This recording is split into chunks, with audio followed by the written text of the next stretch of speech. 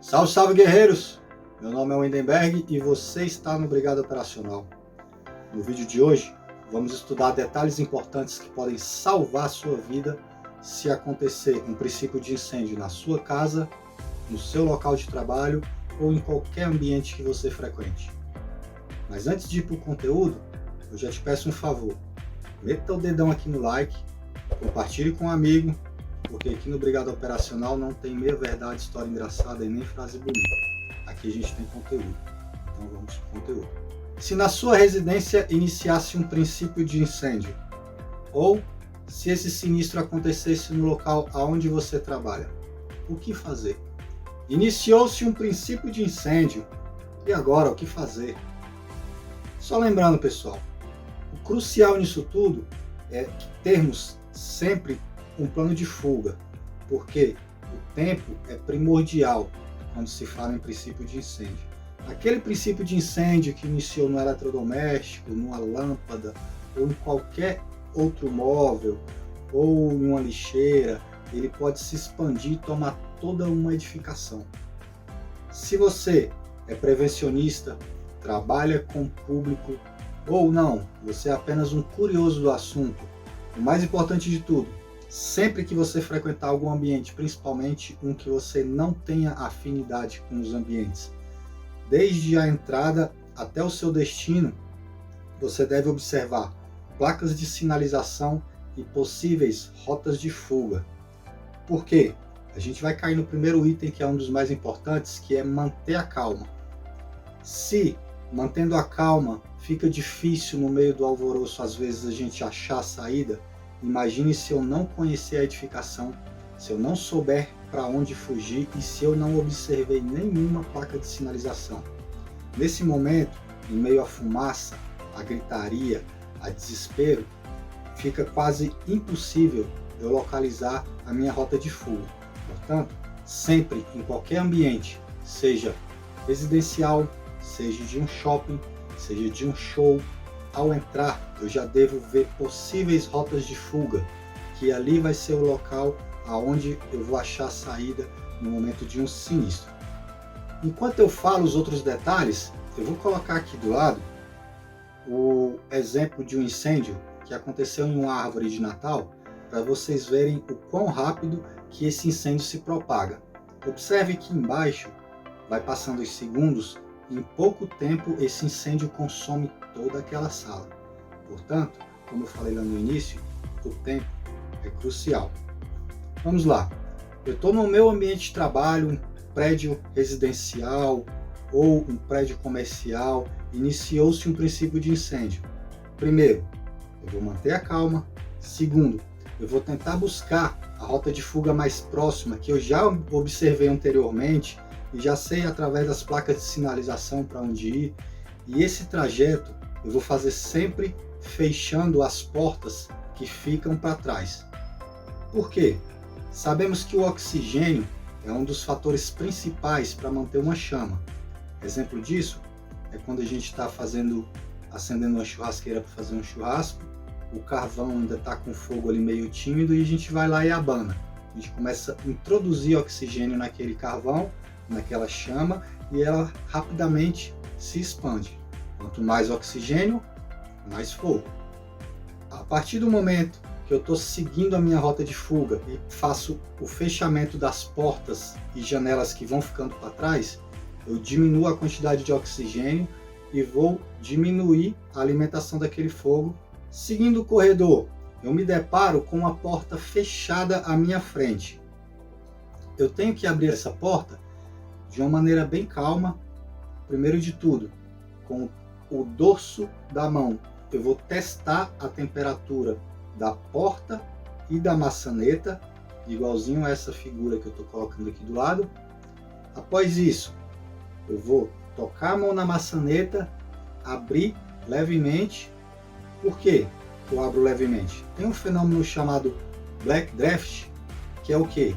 Eu tenho uma chama suprimida pela falta de oxigênio. A partir do momento que eu abro a porta e aquele fluxo de oxigênio entra e alimenta aquela chama, pode causar uma explosão. Observa esse vídeo aqui de um incidente que aconteceu nos Estados Unidos. exatamente dessa forma.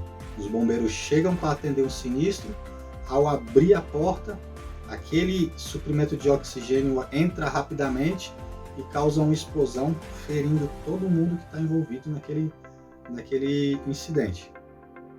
Seguindo, agachado, eu vou abrir lentamente essa porta, de modo que o oxigênio entre de forma gradativa, e vou observar se tem clareza, que indica fogo, ou se tem fumaça vindo do ambiente de dentro para fora.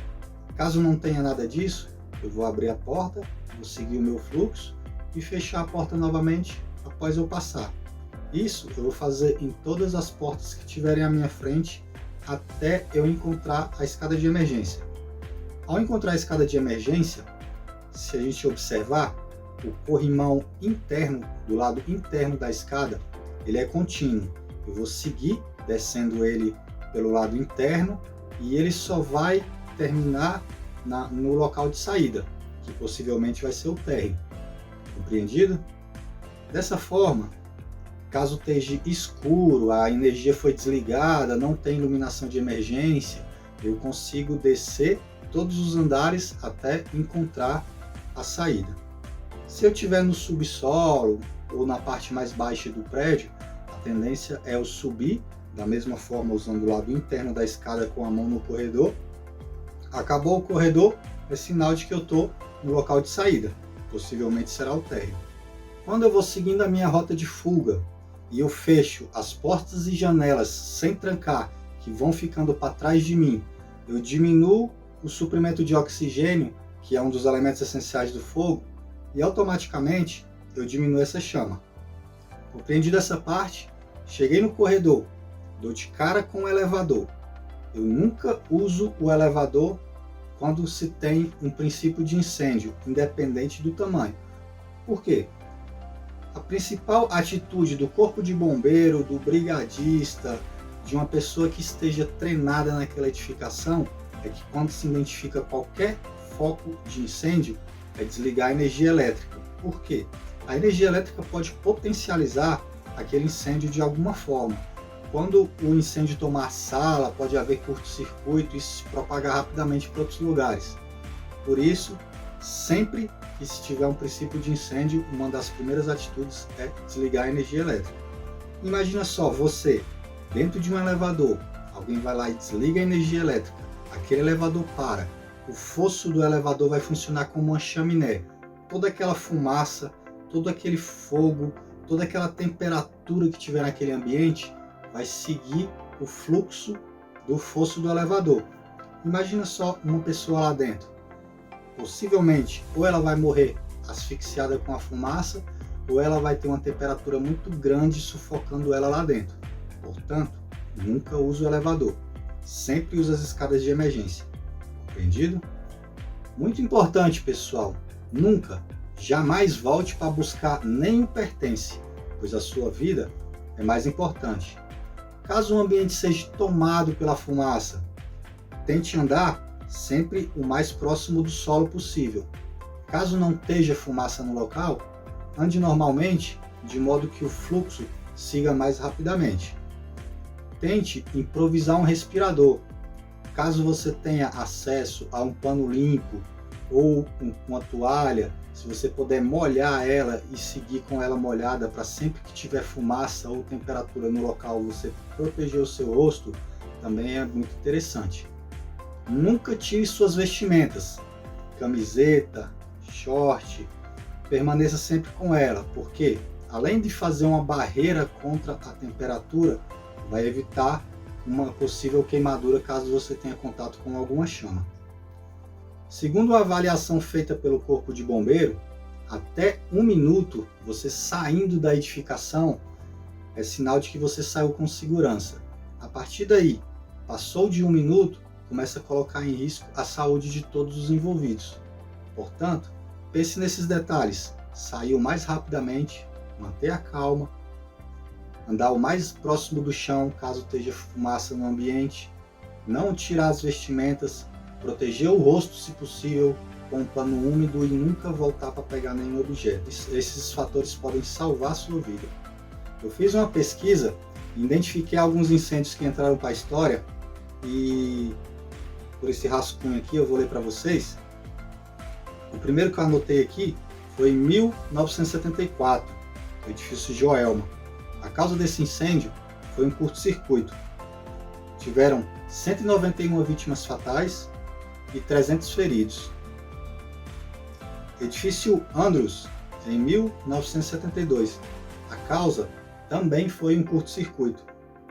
16 vítimas fatais e 330 feridos. Favela Vila do Socó, em 1984. A causa foi vazamento de combustível de um duto, vazamento de gasolina. Encontraram 93 corpos nesse incidente, porém, estima-se que 508 pessoas morreram nesse incêndio. Em 2018, em São Paulo, um prédio ocupado por moradores de rua, também causado por um curto-circuito, teve 7 mortos. Esse foi um dos mais recentes que a gente teve notícia. Partindo para eventos, a gente tem o do Gran Circo norte-americano, 1961. Era o maior circo da América Latina e a causa do incêndio foi criminosa. Depois constataram que um dos funcionários que trabalharam na montagem do circo, por estar insatisfeito com a forma com que foi tratado por um dos encarregados, depois fez esse atentado que resultou em 500 vítimas fatais, sendo 70% crianças, ou seja, 350 crianças perderam a vida nesse incêndio por causa de uma atitude criminosa de uma pessoa. Show do Canecão em 2001. A causa foi show pirotécnico. Depois de uma queima de fogos, aconteceu o incêndio e morreram 7 pessoas e ficaram 300 feridas. Outro incidente que eu achei interessante mencionar foi na gravação do Xuxa Park na Globo. Por quê? Não é só em show, não é só em residência. Em locais também controlados, com toda a segurança, com todas as normas sendo seguidas, também é passível de acontecer um incêndio. Nesse incêndio que aconteceu em 2001, tiveram 26 feridos. No YouTube você acha algumas imagens referentes a esse incêndio.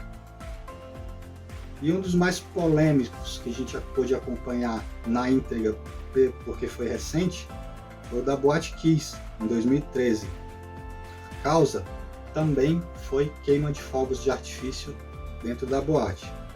Tiveram 242 vítimas fatais, 636 feridos.